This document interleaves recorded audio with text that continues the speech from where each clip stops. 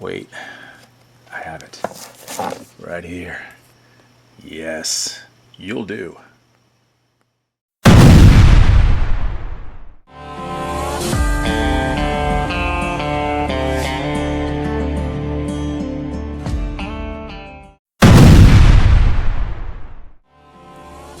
Do you remember the song, It's All Been Done Before?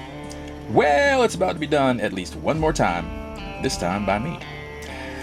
You are looking at the cover to Turmoil in the Toybox, the infamous book written by Reverend Pastor Evangelist Phil Phillips. No, not Phil Phillips of American Idol fame. This Phil Phillips right here, at least as he looked at the age of 24 or 25, whichever the case might be, back in 1986 when this book first saw publication. It was his first book, and as far as I'm concerned, it could have been his last book. I fortunately never had to deal with this personally because my parents did not fall for this kind of stuff, and they knew how to raise children without the help of things like this.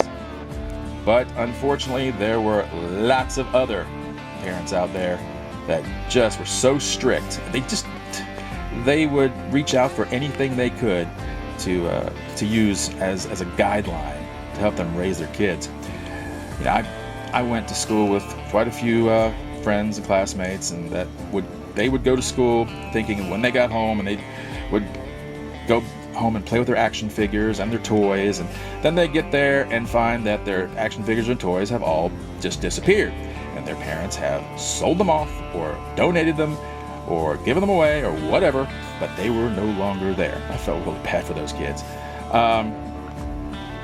But you know, if you were a fan of these properties right here, this book just demolishes them. It really does. It takes a blowtorch to everything you liked back then. Whether you're a boy or a girl, we're talking about G.I. Joe, Barbie, the Cabbage Patch Kids, Masters of the Universe, Yoda, Dungeons and Dragons, Rainbow Bright. Let's see, it's My Little Pony down there. Yeah, the Cabbage Patch Kids I already mentioned. Look. It does have some valid points in it.